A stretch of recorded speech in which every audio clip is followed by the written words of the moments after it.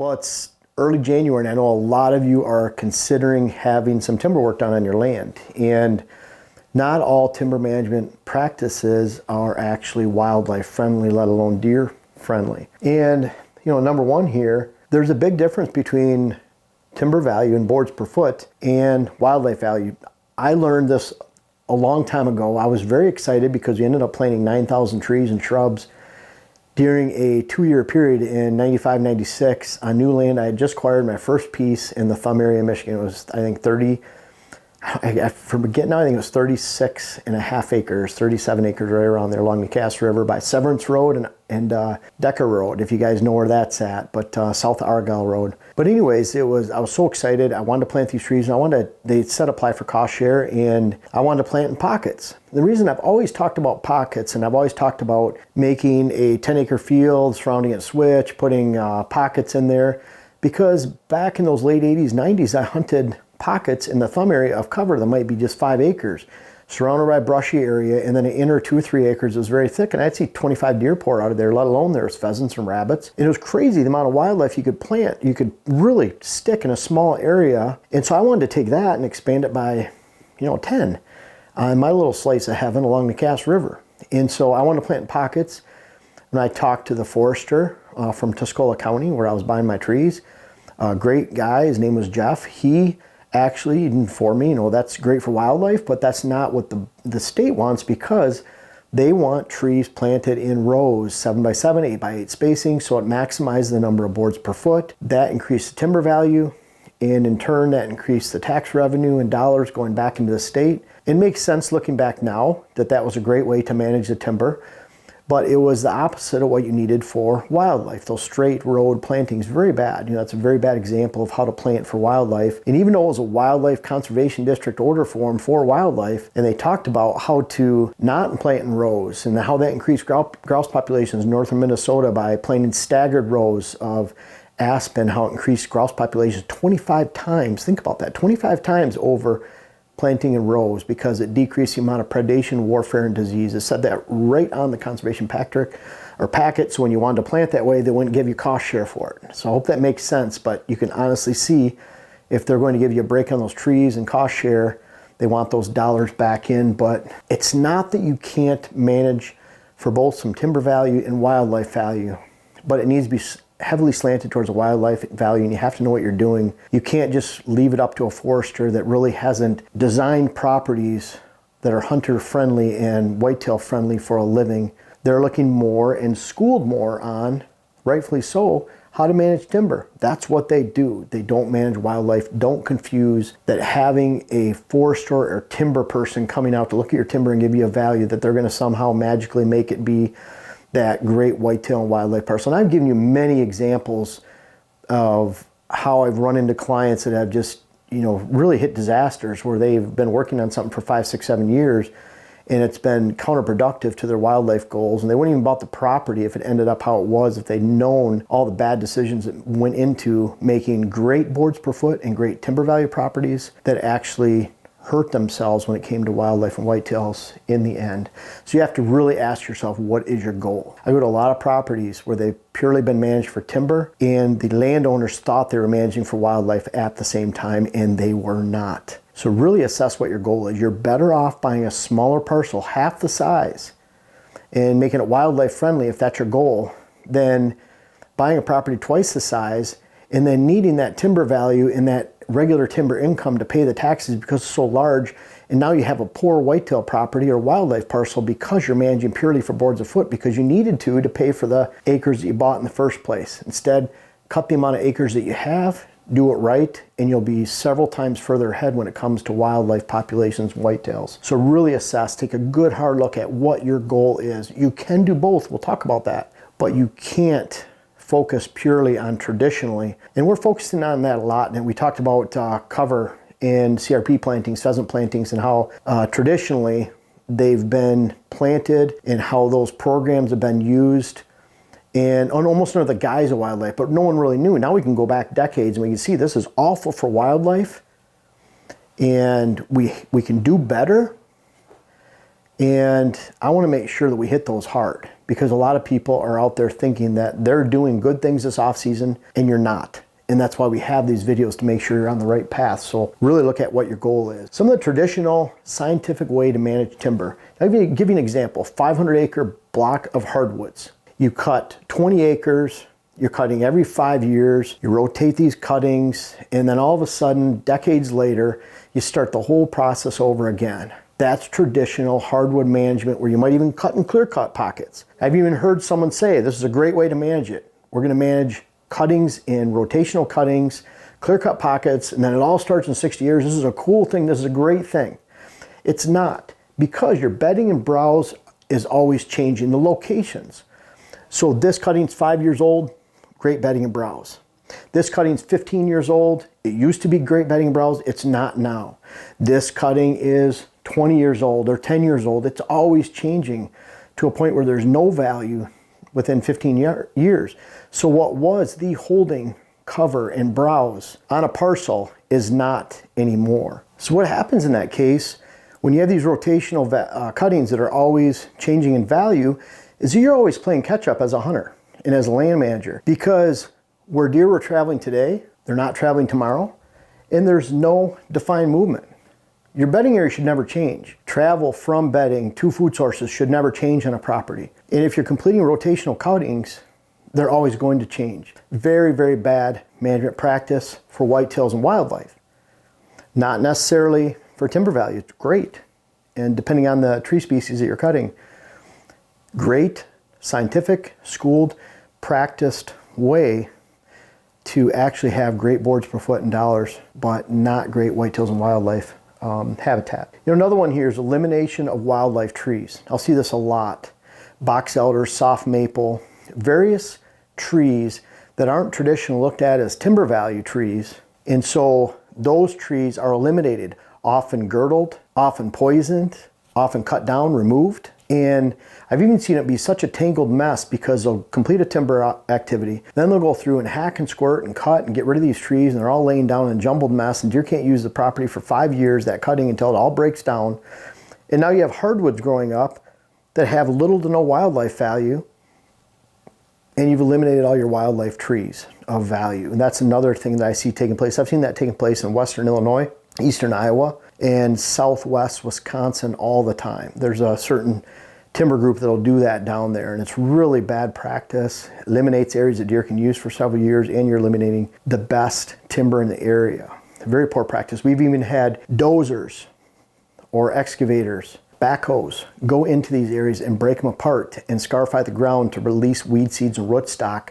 So you can actually have browse in those areas and make it so deer can actually move through these areas. If you can't move through there and you're climbing and crawling to get through an area, deer aren't going to use that, or they're going to avoid it in most cases. That can easily be too thick for whitetails. Don't let anyone tell you different. And that leads to the select cuts. You know, a lot of times a select cut takes place and there's so few trees that are removed from the canopy, 5, 10, 15%, that canopy closes up within a few years. And I see this on federal lands a lot, let alone on poorly practiced private lands. But on federal lands, this is where you take it to that extreme where, you know, the general public thinks that if you cut trees, there's no wildlife value. It's almost like these federal lands have some of the biggest veneer quality, high quality timber values on them because they've been purely managed for timber.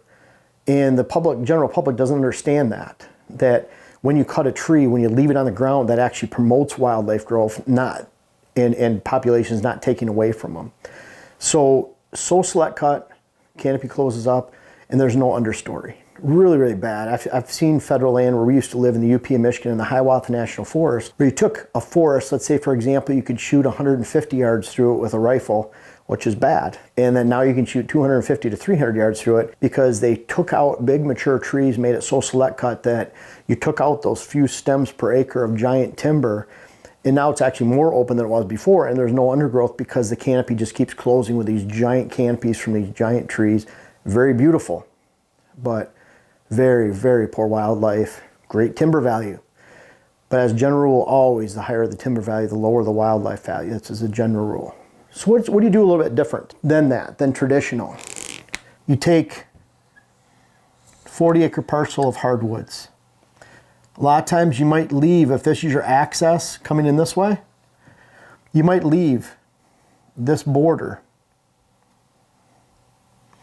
as more open mature for 100 feet in, 120 feet in. And so you're actually accessing through more open mature timber. That means if you have a stand in here for whatever reason, your scent is blowing this way, or stand here, you're blowing your scent through your access, which is non-deer area, because you've left open mature timber.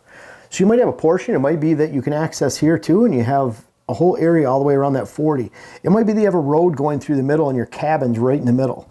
Well, then maybe you're leaving an open path of timber along your road. You might have screening along your road, your driveway, so you can't see in, deer can't see you walking on the outside, but you don't want deer bedding right on your border. It's okay to take away acres, because even on 40 acres, you make space for another, for 80 deer. You're not gonna have 80 deer on 40 acres, but you can easily make enough space for 100.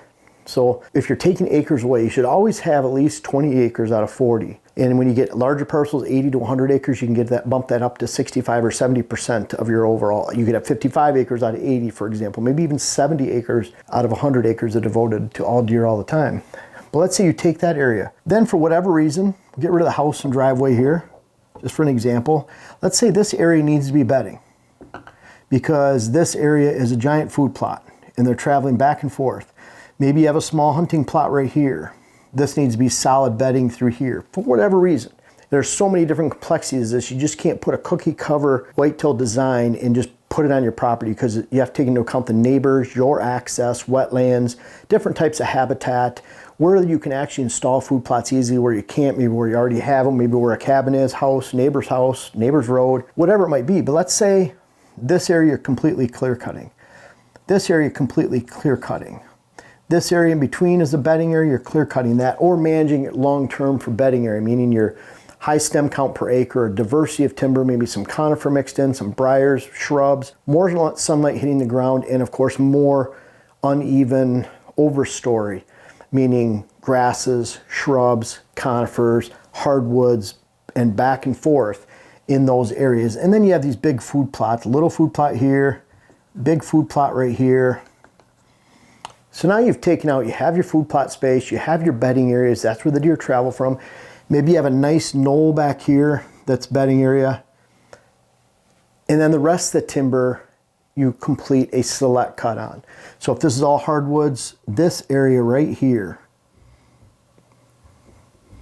all the way through here, would be managed as select cut. Maybe that equals 50% of your land. Maybe it equals 80% of your land on a larger parcel, or 70% or 60%. That's where you can still have that balance. You're not just taking the entire 40 and saying, okay, here's a couple food plots and the rest is select cut, and you're keeping that rotation of select cut and you'd rather have that select cut take place more often so that your trees have more younger overall. You still have some older trees in the mix that you're taking out, and you always have that different age of timber in there. So it's almost like you'd want to keep that rotation a little bit closer instead of waiting every 20 years for a cut. You're cutting at year 12 or year 15. Try to get your forester to come up with something where you're cutting a little bit more often, so you're putting more debris on the ground and you're allowing for more regeneration. The bottom line, in a case like that, you might have a large percentage of your land still in select cut. You have portions you're not touching because you want old growth forest you can navigate through, blow your scent into.